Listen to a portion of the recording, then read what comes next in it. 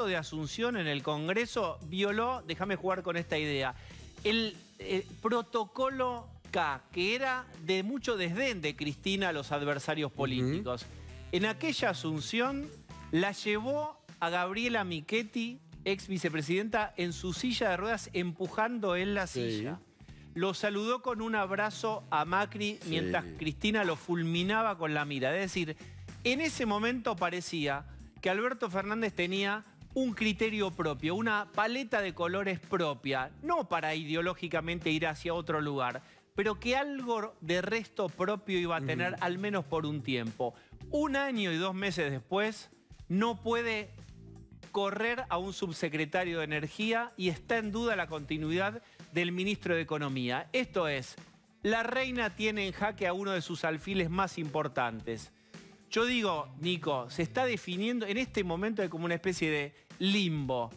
Es, el subsecretario de Energía Eléctrica, ¿está o no está? ¿Está sostenido por la Cámpora? Y en tal caso, Guzmán, ¿qué va a hacer? ¿Y por qué lo pregunto y te paso la pelota? Porque lo que está en juego es el rumbo económico, el rumbo, te diría, el plan de gobierno. Es si la última colina de Sierra Maestra va a ser conquistada o no por Cristina, que ya se encargó de Lozardo y de algún otro ministro. Vos. Lo que está en juego es más todavía para mí, es el poder. Por primera vez lo que demuestra este caso, porque Lozardo se fue y lo reemplazó a alguien cercano a Cristina Kirchner. Por primera vez acá se ve y queda al desnudo lo que está pasando realmente con el gobierno de la Argentina. ¿Quién manda? El presidente y el ministro de Economía, que quiere echar a un subordinado. Esto empezó el miércoles, según mi fuente, pasado miércoles, jueves, viernes, sábado, domingo, lunes, y Basualdo sigue en el cargo. Más allá de que si se va, de todo esto, ¿no? Que todavía sigue en el cargo, lo que quedó completamente claro es que la vicepresidenta, sobre todo Máximo y funcionarios de la Cámpora, y Axel Kicillof, que hoy habló más peor de Guzmán que casi de Rodríguez Larreta, son capaces de frenar una decisión de un ministro de Economía sobre una política crucial que es el aumento, ¿no? Tiene que ver, Nico, con el déficit fiscal, aumentar o no aumentar, la potencialidad de la inflación. Pero además también opinaron, le pidieron hoy, como el Cuervo Larroque, ministro de la provincia de Buenos Aires, vuelva el IFE. Que vuelva el IFE, algo que Guzmán no quiere hacer. Le bombardearon, digamos, su programa económico, por decirlo así. Sí. Déjame todo por sostener a Basualdo. Sí.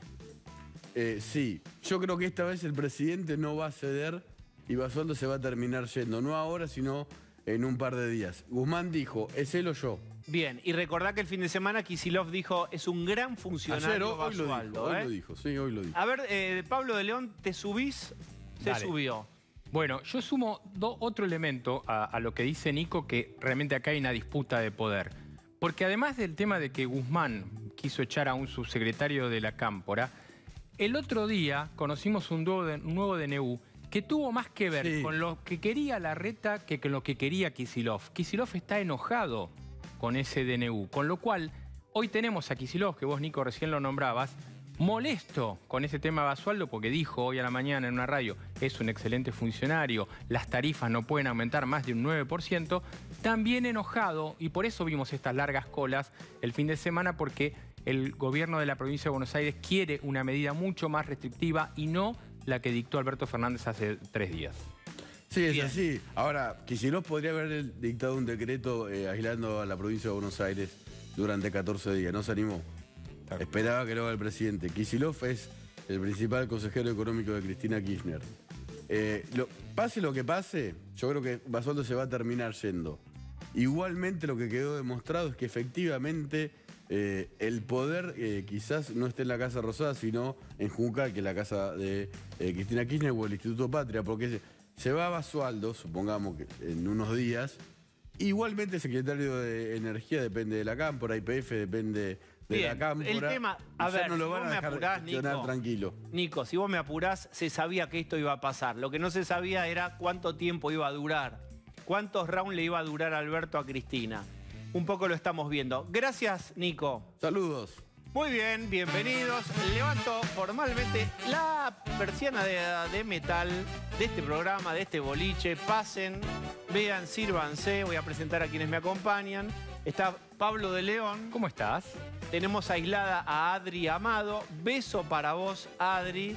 Está Rolo también mejorando. Ahí también un beso para Rolo. Está Osvaldo Bazán. ¿Qué tal? Buenas noches. Hoy invitado Fernando Iglesias ¿Qué tal, Diego? ¿Cómo te va? ¿Bien? y Jorge Giacobbe. ¿Cómo está Jorge? ¿Qué tal, Diego? Un gusto estar aquí. Bien, habló Biden.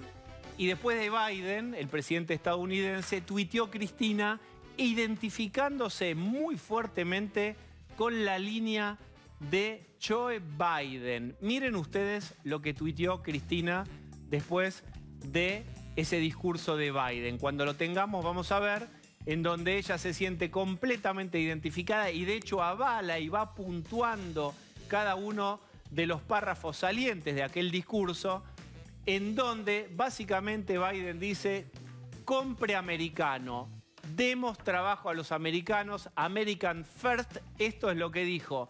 Ahí lo tenemos.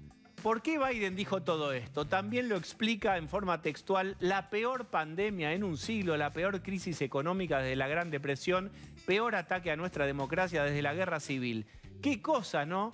Y eso que el FMI no le financió la campaña a Trump. Mis conciudadanos, la economía de goteo hacia abajo nunca ha funcionado y es hora de hacer crecer la economía desde abajo y desde el centro hacia afuera. Esto lo dice Biden y lo toma como propio Cristina y tantos otros tweets, pero empecemos con esto. Goteo hacia abajo es derrame, pasa, es una traducción. Exacto, es la teoría del derrame que va en Google Translate. exactamente en el sentido inverso de la idea de que el Estado es el que administra y provee y genera. Y esto no es un invento mío. Dicho por funcionarios de este gobierno, es el que genera la riqueza. Fernando Iglesias, ¿cuál es tu mirada sobre estos primeros tweets? No, me parece que... ¿Sabes a qué me hace acordar? ¿Te acordás de aquella conferencia, creo que era una reunión del G20, del G20, en que Cristina ve venir a Obama con la mano así y trata de darle la mano y Obama pasa de largo derecho y le da la mano a otra persona? Bueno, Cristina se quiere subir a una foto en la que no está. Cuando Biden hace un llamado y dice: en el mundo ya no es una cuestión de izquierdas y derechas, es una cuestión de las democracias, entendidas como democracias liberales, republicanas, ¿no? Y los autoritarismos y las autocracias, y obviamente pone de ahí que lleva a Putin, a quien definió como un asesino, o a China.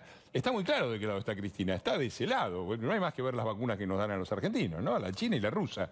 ¿Dónde está la Pfizer? Entonces, todo es un gesto de gente que no o simula no entender o que tiene un nivel de deshonestidad y sobre todo de incoherencia. Porque si realmente esa es su visión, no se entiende por qué, por motivos ideológicos, entre otros, dejaron afuera la vacuna Pfizer. Para poner un ejemplo muy simple. Quizás sea porque las empresas americanas tienen sanciones muy duras por casos de corrupción en el extranjero, incluida la suspensión en la bolsa, porque el mercado argentino es muy chiquitito como para correr riesgos, y por lo tanto había algunas cosas que no funcionaban, ¿no? Y eso se encubrió en nos piden como garantía los hielos continentales, cuando es evidente que a todos los países una empresa le pide garantías con respecto a lo que está entregando, garantías de pago, y sobre todo a la Argentina, que nunca paga, ¿no? Primero lo nuestro, la mesa de los argentinos first, no, American first, miren, compre americano, eso dice Biden, lo toma Cristina en sus tweets, y todas las inversiones en el American Jobs Plan se guiarán por un principio: compre americano, y puedo señalar entre paréntesis que no viola ningún acuerdo comercial. Ha sido la ley desde los 30, compre americano. Esto es lo que dice Biden, tomado como propio desde el punto de vista de las ideas, Cristina, pero hay un gran convenio comercial y un gran intercambio comercial, por supuesto, en Estados Unidos, que además tanto produce que el cuello de botella de AstraZeneca está en una parte de los insumos del envase de las vacunas, que está trabado en Estados Unidos, que se privilegia a sí mismo. Y Argentina no se puede comparar en eso, porque no produce todos los insumos para hacer si quisiéramos hacer la sustitución de importaciones. No lo podemos hacer, no estamos más en 1950. ¿O vos querés, Giacobbe, que en las ideas sí habitamos en 1950, o por lo menos una parte de la dirigencia política? Sí, o más atrás, digamos. Hay partes de la política que atrasan incluso más de 50 años. Pero si yo no entendí todo mal, la geopolítica no se hace por Twitter, ¿no? Es decir, realmente Cristina se alinea o no se alinea si se sienta a la mesa para conseguir cosas para la Argentina. Me parece que, como decía Fernando, esto evidencia la insignificancia de lo que significa la vicepresidenta de los argentinos para un poder como el de Estados Unidos, digamos. Osvaldo. Hay otro tuit que hizo después Joe Biden, que no sé si lo tenemos, pero que me parece que la presidenta no ha retuiteado y quizá no esté de acuerdo. Uno en donde Joe Biden dice, Jill y yo, su esposa, visitamos un aula donde los estudiantes están de regreso hoy junto con sus compañeros y maestros. Ahí está, léalo, ya que lo comentó, léalo, que ve bien. Traduciendo. Sabemos lo que significa estar juntos en la escuela para esos chicos, es por eso que trabajamos tan duro para reabrir de manera segura la mayoría de los cada 8 escuelas en nuestros primeros 100 días. Bien. Ese tuit no creo que Cristina haya querido retuitear, ni creo que se quiera comparar entonces en este punto con John Biden, que le dio la importancia a la educación, que justamente, quizá por haberle dado la importancia a la educación que le dieron, pueden hoy decir, solo compramos cosas nuestras. Perdón, yo quiero salir de los tweets, vamos a volver a entrar porque hay una delicatessen de Gioja. ¿Para qué? Si dijiste que hay una delicatessen, mostrala ahora, Seyman, dale. Mostrá la delicatessen de Gioja. Biden es peronista y no lo sabe, no se autopercibe peronista, está en un error. Veámoslo, qué dice Gioja. No sé si escucharon o leyeron, yo no lo escuché porque no sé inglés, pero leí lo del discurso del presidente Biden en Estados Unidos. Está más peronista que yo, está más, la verdad, que tiene que haber leído la doctrina justicialista, habrá leído La razón de mi vida, por haber impuesto a ese 1% que no pague y que son los más ricos, me parece bien. Bueno, no está en la ruta del dinero Biden, para saber de diferencias, ¿no? Digo, sí. No, para hacer un breve repaso histórico, esta idea de la sustitución de importaciones, que arrancó con una idea peronista a mediados del siglo pasado, ¿en dónde terminó? En que hoy se suponía que no había que comprar importado y que había que producir acá para evitar justamente las crisis de balanza de pagos, ¿no? Porque las importaciones eran malas. Hoy las importaciones argentinas, esto hay que decirlo porque siempre se ignora, es un dato crucial. La gente piensa que se importan productos terminados. El 85% de las importaciones argentinas son no de productos terminados, sino de bienes intermedios. Es decir, de cosas que se utilizan para poder producir. Solamente el 15% son bienes terminados. Es decir, que si vos parás las importaciones, como sueñan estos muchachos, lo que parás es la producción. Y además, la industria, que fue el sector privilegiado por ellos, el único sector económico que consideran que era el que iba a llevar para adelante la Argentina, no solamente no la llevó, sino que la estancó. Se llegó a tener, y esta cifra la daba el autor de la idea de vivir con lo nuestro, Aldo Ferrer, un déficit anual de 30.000 millones de dólares industriales. Es decir, que entre lo que la industria vende al exterior y lo que importa para producir, había 30.000 millones de dólares. ¿De dónde creen que sale? ¿Por qué creen que faltan dólares? ¿De dónde creen que sale? Salen del campo, salen de los servicios avanzados, de la gente que trabaja con una computadora y que exporta y llegó a exportar 6.000 millones de dólares.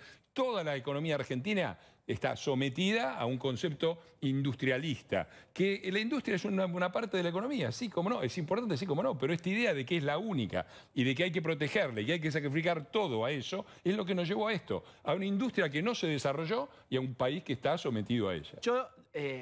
Uno supondría lo siguiente, el discurso de Biden hace eje en cómo distribuir mejor, por supuesto, el rol del Estado y el rol del trabajo americano, en distribuir.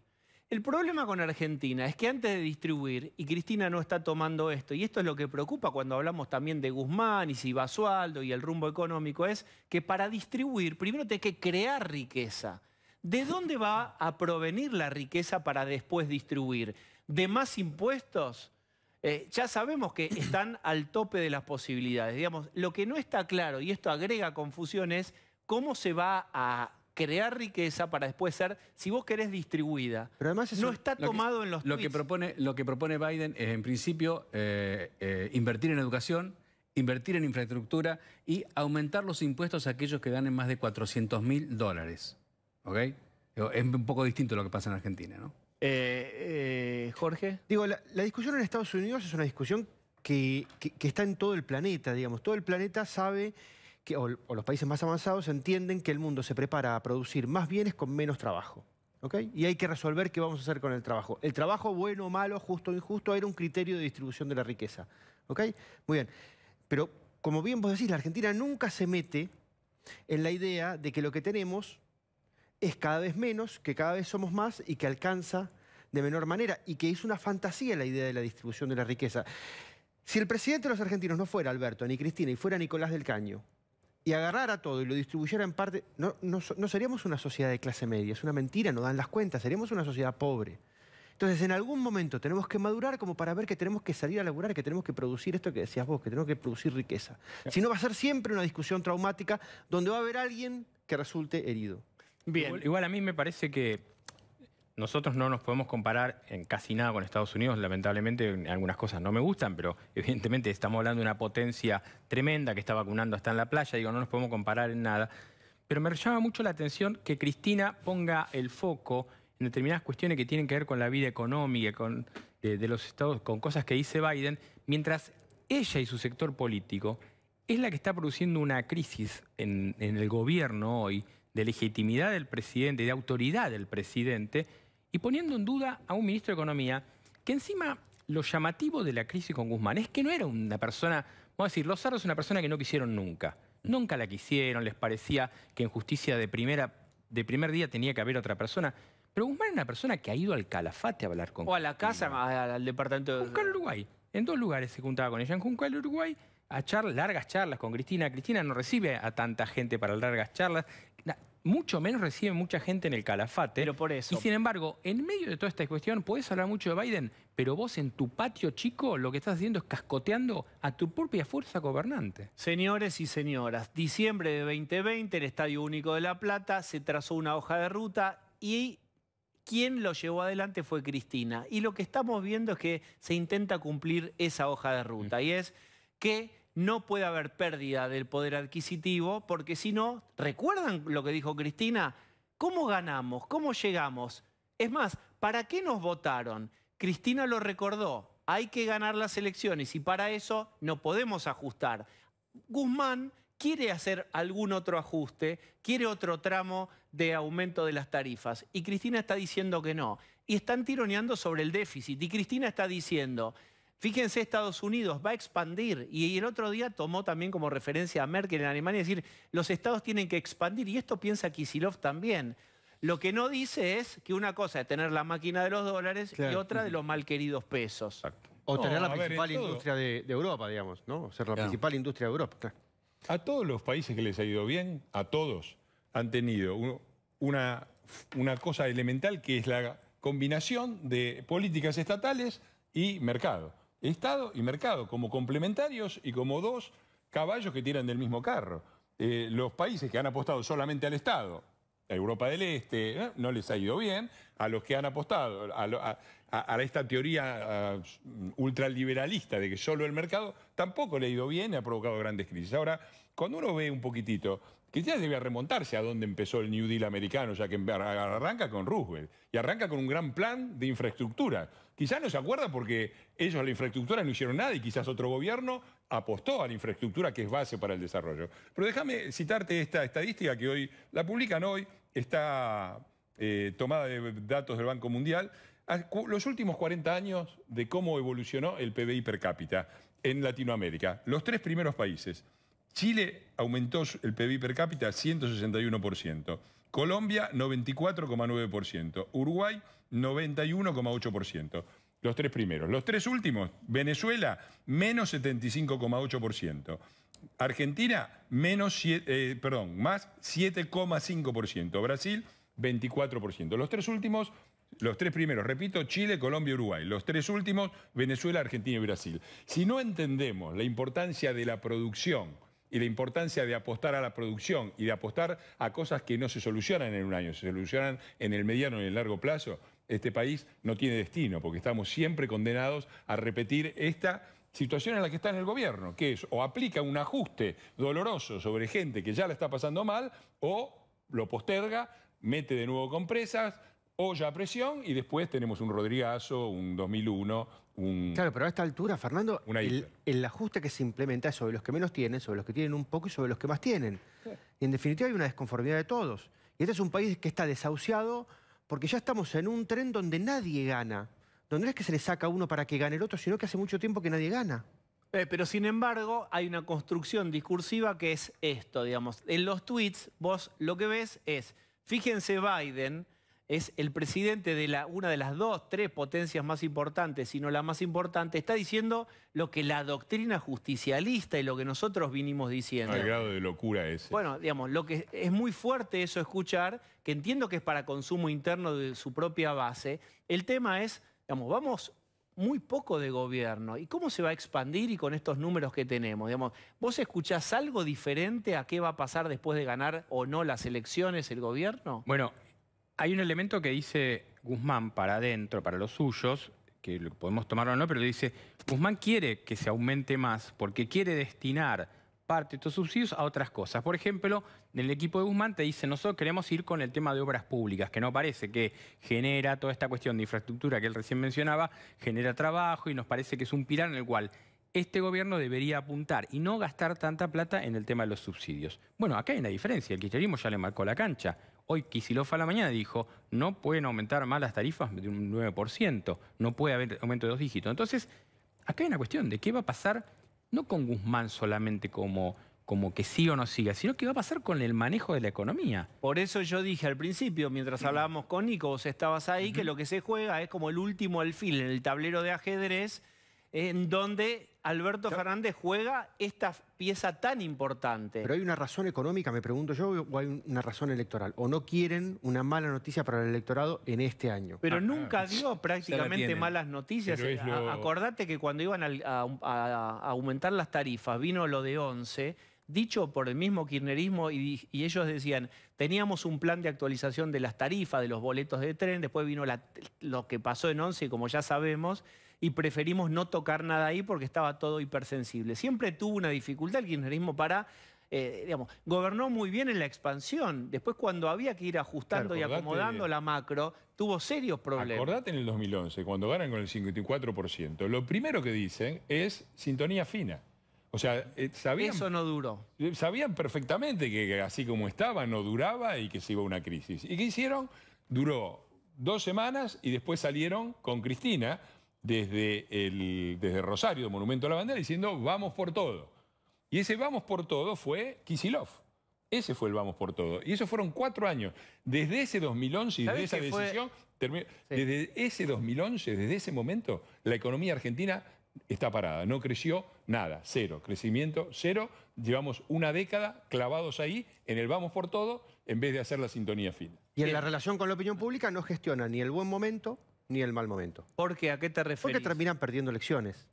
Después se disfrazan, cambian, vuelven a ganar elecciones, pero en definitiva las terminan perdiendo otra vez. Un gran éxito del populismo, que siempre, esto que decían antes, siempre han logrado convencer a los ciudadanos argentinos, a buena parte de ellos, de que el problema de que tengan poco es que hay otros que se lo sacaron. Se llama juego de suma cero. Vos tenés derecho, colinas. Y el problema es el que está acá, que Chile creció, que es un país como nosotros, Chile, no Noruega, creció 160% en PBI per cápita en dólares, cuando nosotros crecimos 7% en los últimos 40 años. Por eso somos pobres. Está bien, pero todo el cúmulo de explicaciones, de victimización y de ideas, si querés, del kirchnerismo, ¿cuánto del electorado captura? Captura 30, captura 33%, 35%, no alcanza para ganar una elección. O sea, necesitan o perder con ese número o necesitan la parte ofendida que viene después de que gobernó otro, digamos. Sí. Es el proceso después de Cambiemos. ¿Qué le querés decir? ¿Lo estás desafiando, Fernando? Hacelo completamente. No. Te quedas a media hora, es como, ¿le vas a mojar la oreja a Fernando Iglesias?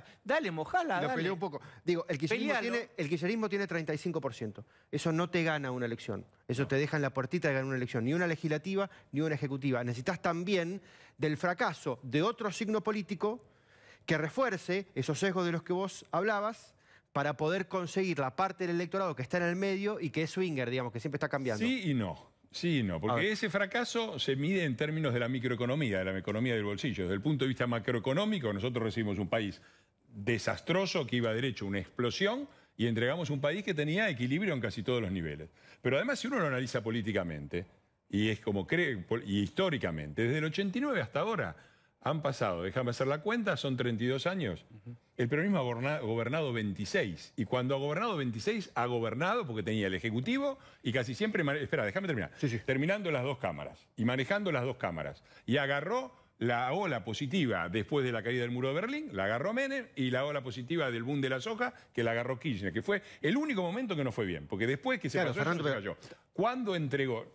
La oposición, los que vos decís fracasamos, de la Rúa y Macri, gobernamos 6 años. De 32, 6 años. Las dos veces con la bomba de tiempo que le dejó Menem a de la Rúa, que no pudo manejar y se le cayó el gobierno, y con la bomba de tiempo que nos dejó Cristina a nosotros, además de único gobierno en la historia, minoría en las dos cámaras, por lo tanto no se pudo hacer la reforma laboral, no se pudo hacer la reforma fiscal, había que darle plata a las provincias, había que tratar de mantener las cosas que no se prendiera fuego. Entonces es complicado, porque después de 4 años de remarla, de tener excelentes resultados los 2 primeros años, tuvimos los índices de pobreza, indigencia y desocupación mejores de los últimos 20 y pico de años, desde el 91, que no se tenían. Tuvimos una corrida, sí, tuvimos, pero después hubo un castigo que a mí me parece completamente injustificado y que yo espero que ese sector del medio reflexione acerca de cuáles son las condiciones reales. Sí. ¿Le trajeron el asado o es el consumo de carne más bajo de la historia? Y esto no es solamente la pandemia. A ver, ¿podemos detenernos un minuto en el tema del medio, de esta franja del medio, de el votante swinger, como dice Giacobbe? ¿Qué tenés para decir sobre eso? Sí, porque vos escribiste mucho y escribiste en El Sol una columna muy interesante este domingo que pasó sobre esos que están en el medio. Es que, déjame pensar lo que quiero decir, porque no lo voy a decir de golpe. Yo creo que hay una base argentina digamos, de donde puede tomar el kirchnerismo, pero que es muy anterior. Nosotros estamos muy convencidos muchas veces de muchas cosas que no son ciertas. Nosotros creemos, el argentino medio cree que la suma siempre es 0, que si alguien tiene es porque, si a alguien le falta es porque alguien tiene. Digamos, y se lo quedó. Y se lo quedó y no se lo merece. Digo, hoy mismo escuchaba el curro de los que te venden los pasajes para ir a Miami a vacunarte. ¿Por qué es un curro? ¿Por qué es una vivada? Digo, es un negocio, se puede hacer. Digo, es legal, no está mal. Digo, creo que nosotros tenemos una visión, primero que somos anuméricos, no entendemos los números. Digo, y con la peste nos ha quedado muy claro. El lío que nos hacemos de las camas que están, que no están, no sabemos la diferencia entre la mortandad, la letalidad, no lo sabemos. Bueno, Kicillof confundió la mediana con el promedio aritmético. Pero no lo sabemos y no nos importa, porque lo que nos importa es, hoy hay récord de muertos. No quiere decir nada que hoy hay récord de muertos, no quiere decir nada que hoy hay récord de infectados, por ejemplo, porque es... En el promedio, es en el desarrollo de esta historia en lo que nosotros no estamos fijándonos. Y me parece que en ese punto, si vos te fijás el día previo a la elección, cuánta plata tenés en la billetera y ese va a ser el único elemento con el cual vas a votar, vamos a seguir equivocándonos. Todos nos dicen acá que los economistas que vienen es, bueno, hay que hacer un esfuerzo que significa esto, esto y esto. Ahora bien, cuando decimos quién lo hace el esfuerzo, hacelo vos. No, hacelo vos. La mía no la toques. Yo te pregunto a Giacobbe en relación con lo que plantea Osvaldo Bazán sobre mirarse el bolsillo. Tal vez en esta elección, más que mirarse el bolsillo, o además del bolsillo, la gente se mire el brazo, si acá alunizó un Sputnik o una China o no. ¿Cuánto cambia estoy vacunado y cuánto el Estado presente si me dieron inyección o me dejó... me desamparó el Estado si no me toca la... ¿Cuánto mueve la aguja la inyección? No, Diego, es un argumento tan débil que es hasta, te diría, absolutamente incomprobable en términos estadísticos. La cantidad de gente vacunada con las 2 dosis no significa nada en el peso de una muestra. ¿Y cómo lo salís a comprobar para decir a la gente, che, a partir de que vos recibiste la vacuna, cambiaste... Está bien, no tiene ningún sentido. Pero espera, Pablo, ayúdame con eso. Y además están vacunando... Espera, y digo una cosa más. Además, el gobierno está vacunando, y esto está bien, está vacunando al público mayor de 51 años, que es el público que le es más opositor. Me parece que por eso están un poquito tratando de balancearlo, vacunando algunos militantes. Si consigue, digamos, si hay alguna forma y consigue millones de vacunas, digamos, 10 millones de vacunas, 6 millones de vacunas, ¿el gobierno está esperanzado en cambiar el humor social con las vacunas? Sí, yo no estoy de acuerdo con lo que dice él. A mí me parece que nosotros tenemos que mirar realidades diferentes y corrernos de lo que es el centro nuestro. Y yo creo que la gran elección, la gran batalla de la elección que va a ser la provincia de Buenos Aires y fundamentalmente el conurbano, el gobierno pone todo el eje en eso. Por eso Kicillof insiste en el tema de la economía, porque evidentemente no puede tener un conurbano destrozado. Fíjate el tema de las ferias en los grandes barrios, las ferias al aire libre, finalmente se acordó con los intendentes que todas siguen, porque ahí se está haciendo trueque directamente. O sea, hay un montón de gente que si se queda sin eso, se queda sin nada. Y la vacuna juega muy fuerte ahí. Es cierto que el porcentaje de 2 dosis es muy bajo, es bajísimo, pero hay que reconocer y ver que un montón de gente cuando recibe la vacuna se pone bien, se pone feliz y lo vive como una cuestión de esperanza ante una cuestión dramática. Todos estamos viendo muy cerca a nuestro contagiado, nos vemos con los colegas nuestros y cada uno de los que está en su casa lo está viendo con gente del barrio, con gente de su trabajo. Entonces, el tema de recibir una vacuna, sea la rusa, sea la que sea, yo creo que hay que ver que genera mucha esperanza en la gente. Última pelota, ¿vos pensás lo mismo? Sí, ¿Qué pensás? Creo que la apuesta del gobierno es a las vacunas, pero el modelo de gestión de la vacuna ha desnudado lo que había detrás de esto, porque podemos discutirlo en la parte económica y uno puede decir, bueno, los intereses económicos, Iglesias defiende las corporaciones. En las vacunas es tan transparente. O sea, tuvieron un penal sin arquero. Tenían 14 millones de la Pfizer, ¿no? Y como era el imperialismo y como había la industria nacional, Sigman iba a hacer la AstraZeneca acá y qué sé yo, por ahí algún negocito, no lo sé, pero presumiblemente, se jugaron de cabeza a eso, a la industria nacional y a este discurso de Cristina del proteccionismo y Gioja que dice que Estados Unidos copia al general Perón. Esta locura, ¿no? Se jugaron a eso, rechazaron los 14 millones, rechazaron las que les daba el COVAX, que eran para vacunar a la mitad de la población, y se quedaron sin nada. Y salieron corriendo y lo que tuvieron a mano en el esquema de alianzas y de contacto que tienen eran los rusos. Eso define bien. Es decir, ¿por qué no pudieron recurrir a eso? Fueron con los rusos y con los chinos. ¿Y qué hicieron después? Trajeron vacunas que desde el punto de vista de las garantías son muy inferiores a las que se da el primer mundo, primero, y además se robaron las vacunas y se las dieron. Atrás del discurso, de la distribución y todo eso, ¿qué es lo que hay? Una oligarquía que hasta con las vacunas, es decir, con la vida, se la quedó para vacunar a los Galmarini, a Duhalde, a Berbisky, a Valdés y a todos. Bueno, esa es la realidad del discurso del peronismo real. Que me es el permite que hay, ¿no? Yo volver. quería agregar un dato sobre esto. Gracias. Yo vuelvo a vos. Hablemos con... Ustedes vieron que hay un montón de infectólogos, epidemiólogos y ya conocemos a todos. Voy a presentarles a alguien que tiene mucha trayectoria y no lo vimos tanto en medios, entonces ya es toda una celebración. Vamos a presentar a Pablo Bonvejí, ahí lo estoy diciendo bien, doctor, lo dije bien, Bonvejí, Sí. con la H medio Sí, en correcto, J. digo. Es jefe de infectología. Sí, en realidad no la pronunciamos la H, pero bueno, está bien, no hay problema. Bueno, yo me copié de alguna cosa que vi. Bien, Bonvejí, jefe de infectología del CEMIC. ¿Cómo está viendo usted el semáforo en CEMIC? ¿Cómo está según su mirada? ¿Rojo, amarillo, verde? Bueno, estamos con una alta ocupación en las áreas críticas y alta ocupación en la internación general. Eso no es solo en nuestra institución, sino también en muchas de las instituciones de la Ciudad de Buenos Aires y del Gran Buenos Aires, y eso es el producto de una cantidad muy importante de casos que desde hace varias semanas empezamos a experimentar en el área metropolitana de Buenos Aires, y eso indudablemente impacta en todo el manejo de los pacientes, porque a mayor cantidad de casos, mayor cantidad de gente que se interna y mayor cantidad de gente que requiere terapia intensiva.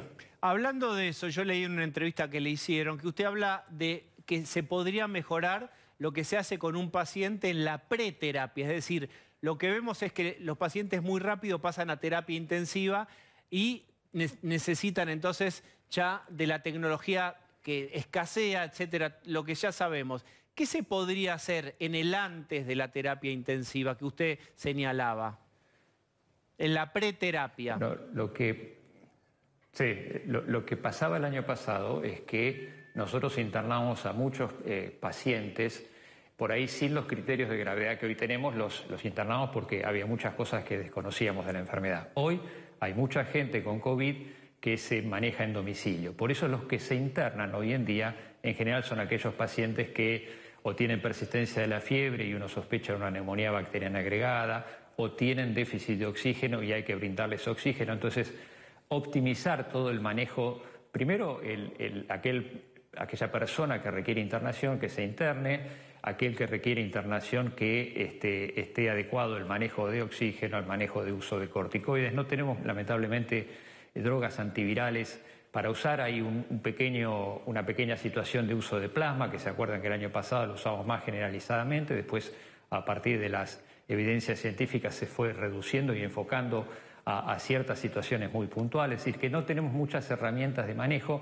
pero sí las que tenemos, optimizarlas al máximo para tratar de que el paciente no pase a cuidados críticos. Pero muchas veces, a pesar de todo eso, la persona llega a internarse en una unidad de cuidados críticos que hoy, como dije antes, en la mayoría de los lugares del AMBA están al máximo de su trabajo. Por eso, cuando me decía del semáforo, yo creo que estamos en un semáforo rojo en cuanto a la demanda de internación, no solo de internación, sino en la guardia, los testeos que hay que hacer. Es decir, hoy estamos muy, muy demandados por la cantidad de casos, de sospechas que hay y de casos que se confirman, ¿no? Bien, ¿usted formó parte de ensayos de la Sinopharm, doctor? Sí, estoy formando parte. Ese ensayo no terminó, sigue en marcha. ¿Qué puede decir de esto que se habló tanto sobre la efectividad de la primera dosis? Bueno, nosotros en el ensayo en realidad no tenemos información porque es un ensayo doble ciego, donde la información de qué participantes recibieron la vacuna y cuáles recibieron el placebo lo tiene Sinopharm. Así que no tenemos datos de primer dosis. Sí, lo que le puedo decir es que lo que está publicado de Sinopharm en las fases iniciales mostró muy buena respuesta de anticuerpos después de 2 dosis, aún en personas de más de 60 años. Así que es casi el 100% de los casos tienen muy buena respuesta de anticuerpos después de las 2 dosis. Ahora entiendo que por el contrato que se vence, pero se va a renovar más adelante, se van a administrar las segundas dosis de Sinopharm a aquellos que recibieron la primera y se continuará con el resto de las vacunas, que son la de AstraZeneca y la Sputnik V. ¿Y qué le diría usted a los que tienen Sinopharm u otras vacunas y todavía pasa el tiempo y no reciben la segunda y se ponen ansiosos, ansiosas? ¿Qué podría usted decirles? Yo creo que hay que confiar. La vacuna de Sinopharm es una vacuna elaborada en forma, digamos, de la más tradicional, como fue elaborada la vacuna Salk para la polio, como es la de la hepatitis A, como es la de la rabia. Es el virus entero que es totalmente inactivado y eso es lo que se inyecta. En general lo que uno ve para todas las vacunas, no solo esto, sino que la primera dosis genera una respuesta buena de anticuerpos y la segunda dosis lo que hace es generar un booster, un refuerzo que permite prolongar la protección. Así que cualquiera de las personas que haya recibido una primera dosis seguramente tiene o ha producido anticuerpos y después hay que asegurarse, en la medida de lo posible, la segunda dosis para poder mantener y hacer que esa inmunidad dure más tiempo y esa protección sea duradera. Los datos que tenemos de protección de Sinopharm todavía no fueron publicados, pero están alrededor del 80%, 79.3 creo que es lo que presentaron en la documentación que presentaron ANMAT para la evaluación en Argentina. Eso es con las 2 dosis. Correcto, con las 2 dosis, exactamente. Bien, eventualmente uno supondría que deberían alcanzar los nuevos embarcos de vacunas Sinopharm para los que tienen una dosis y completar el esquema. Si ocurriera que no, ¿se combina la primera dosis de Sinopharm con alguna otra? ¿Es combinable con otra dosis de otra vacuna o eso es imposible? No, bueno, esa es una pregunta muy importante porque no creo que nadie tenga una respuesta porque no hay estudios, lo que llaman de intercambiabilidad, estudios donde, no solo con esta vacuna, sino con otras donde se administra una primera dosis de una y una segunda de otra. De cualquier forma, hay algunos estudios que se están empezando a hacer, hay algunas recomendaciones fuera de la Argentina que se están empezando a ver de tal vez intercambiar una vacuna con otra para la segunda dosis. Son todas vacunas inactivadas, lo más probable es que no haya inconvenientes, que no haya, digamos, mayor tasa de efectos adversos, ni interferencias, sobre todo cuando se dan con un plazo de separación adecuado. Lo que sí, obviamente que a uno le gustaría tener los estudios de esa intercambiabilidad para esto poder afirmarlo con más seguridad, ¿no? A ver, Pablo. Doctor, buenas noches. Se está diciendo que en estos días, lo dijo la ciudad, pero también lo reconoció ayer el gobernador Kicillof, que estamos en un caso de meseta alta, pero que hay una leve baja y que esto tendría que ver con la última restricción y que teóricamente estas 3 semanas que vienen con restricciones distintas según el lugar del país, ayudaría a eso. ¿Ustedes están viendo eso o usted está viendo eso de que hay una baja lenta pero que está sucediendo de los contagios en la Argentina? Sí, estamos viendo una leve desaceleración, y eso lo vemos también en el ámbito donde uno trabaja, pero es muy leve y hay que ser muy, muy cautelosos con esto porque realmente si no se puede interpretar que con las medidas que se tomaron ya está y que no hace falta seguir tomando medidas. Esto tiene un impacto a más mediano plazo, hay que ser, como decía antes, muy cauteloso, ver con más tiempo qué es lo que está ocurriendo. Pero bueno, es un dato alentador, obviamente, que haya una desaceleración para un número de casos extraordinariamente altos como tuvimos las últimas semanas, ¿no? Osvaldo. Buenas noches, doctor. Esta leve desaceleración de la que estamos hablando, ¿puede tener que ver con el porcentaje de votación de vacunación o es muy bajo el porcentaje de vacunación como para que tenga alguna incidencia en lo que está pasando?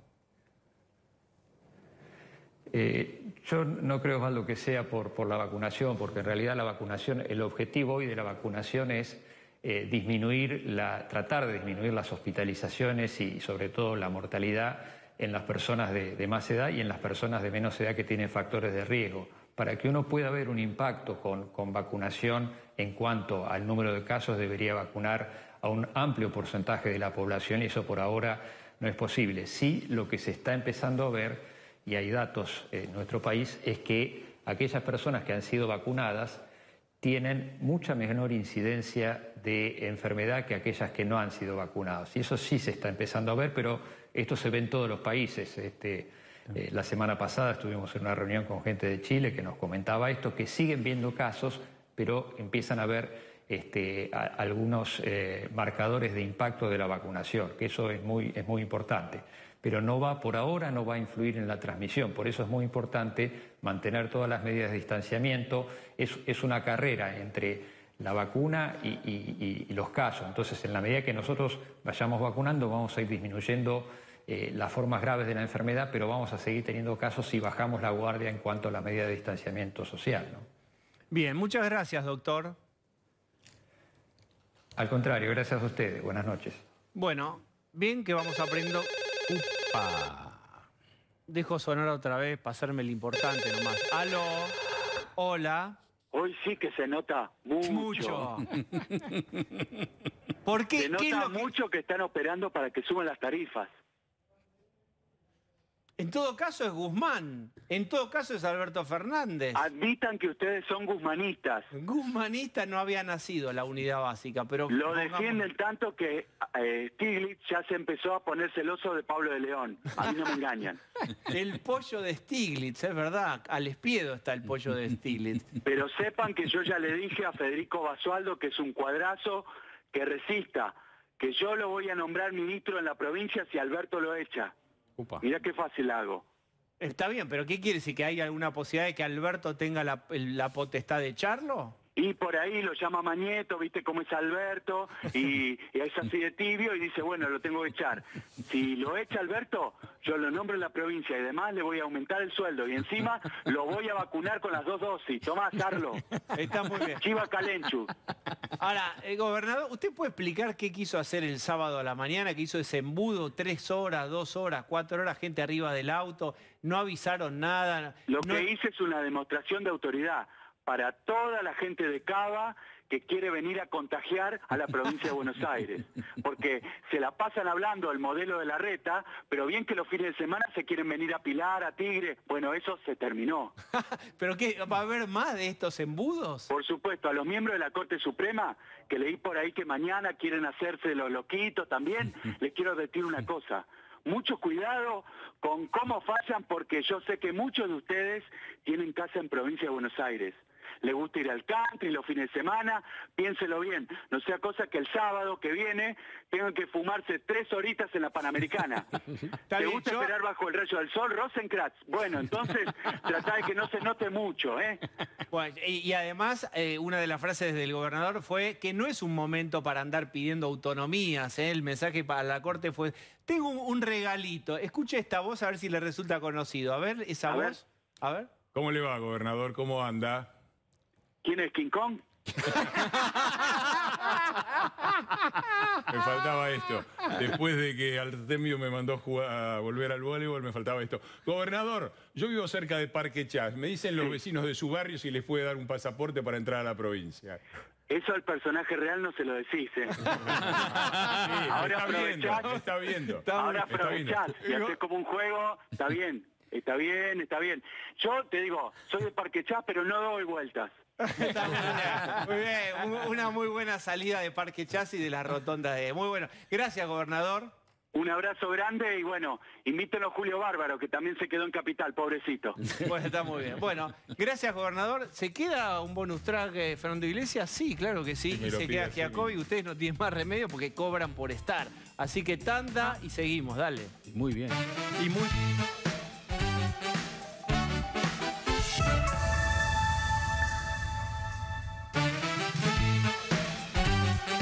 Podríamos armar el mapa del siguiente modo. Giacobbe, ayúdame. Hay un núcleo duro kirchnerista que haga lo que haga o diga lo que diga, pase lo que pase, va a acompañar. ¿De cuánto es? ¿25, 30, 35? ¿De cuánto es? Se muestra en 30, entre 30 y 33. Bien, hay otro que es anti, digamos, o no peronista o anti, que ¿de cuánto es? Que se muestra entre 55 y 60 puntos. ¿Qué queda en el medio, entonces? Bueno, a ver, dentro hay un conflicto. Quedan unos puntos en el medio de gente que no se quiere definir en nada, digamos que esquiva las preguntas. Pero dentro del 60, del 55% que se muestra anti-kirchnerista, también va a haber algún nivel de dispersión. Y entonces yo te pregunto, por esa gente, vamos a cortar imaginariamente, esa gente que está en contra del gobierno, pero que puede mostrarse eventualmente a favor, y los que están netamente en el medio, ¡pring!, les llega la vacuna. ¿Les determina un voto en octubre o cuando sean las elecciones a favor del oficialismo? Hace un tiempo lo preguntamos y te voy a leer. Primero la consigna. Si el gobierno nacional pudiera mejorar la vacunación por COVID en tiempo y forma, ¿usted estaría dispuesto a votarlo en las elecciones del 2021? Es clarísimo. A ver. Muy bien. Los resultados ¿Lo votaría incondicionalmente? ¿Votaría incondicionalmente al gobierno? Las mismas manos de Giacobbe. A ver, mirate este plano, es impresionante. Todo, ahí, Giacobbe tiene todo. ¿Votaría incondicionalmente al gobierno aunque no dieran la vacuna? Sí. 5,4. A ver, repetí, ¿quiénes son los que dicen? ¿Votaría al gobierno incondicionalmente aunque no pusieran la vacuna? 5,4. ¿Lo votaría seguro si pusieran la vacuna? 23%. Sumalo. 23 y 5, ya estamos en 28, estamos cerquita de 30.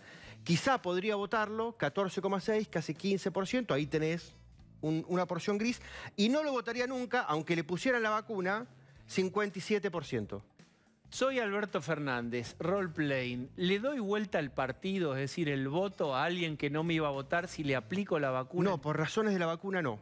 Por razones económicas quizá un poquito más, pero de todas formas, ese 57 que te dice que no aunque lo vacunes, te dice que no en 54% aunque la economía mejore. Es decir, el gobierno tiene por lo menos 55% de la población de culo.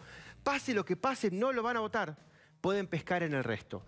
Y sabemos que pase lo que pase también, cuando Cristina le diga a esa gente que opera en términos de estímulo-respuesta, muchachos, hay que votar a tal, 30% va a juntar los tacos y va a votar. Hay un núcleo duro que no, a ver si entendí bien. Otro que sí, durísimo. Sí. ¿Cuánto a ese núcleo flexible lo mueve la vacuna? No, a ese núcleo flexible no parece moverlo la vacuna. Pero entonces, lo mueve lo económico. Lo mueve. Bueno, entonces lo estoy perplejo acá, porque el gobierno se muestra y circularmente estamos en el mismo lugar. ¿Qué pensás vos, Fernando? ¿Mueve o no? Yo entendería que sí.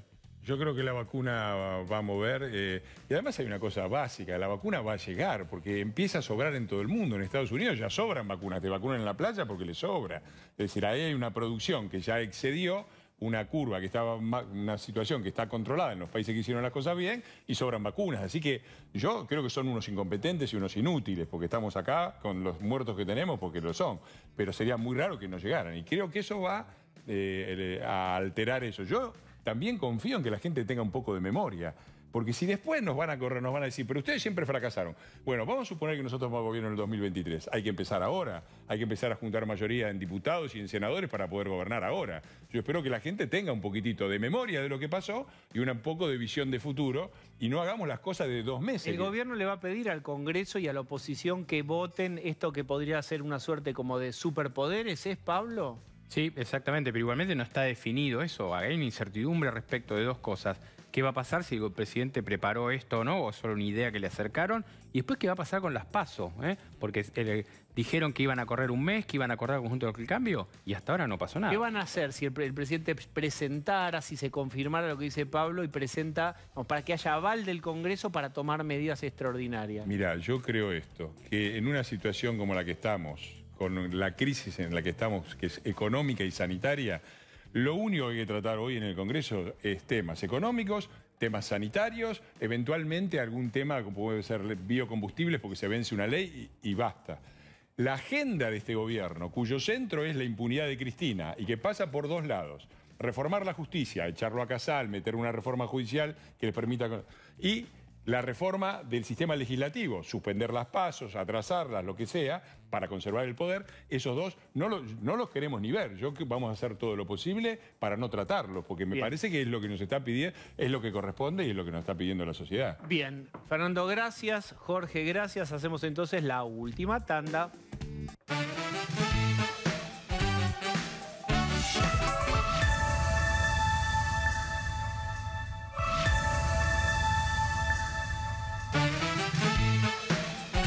Hemos llegado al final. Gracias, como siempre, por acompañarnos. Mañana es un día importante. La Corte Suprema va a decir, se va a expedir con respecto al reclamo del DNU famoso, de las clases presenciales. Dicen que votaría a favor de la autonomía de la Ciudad de Buenos Aires. Lo veremos, si es así, mañana. Ahora, Joaquín Morales Solá, desde el Llano. Adiós.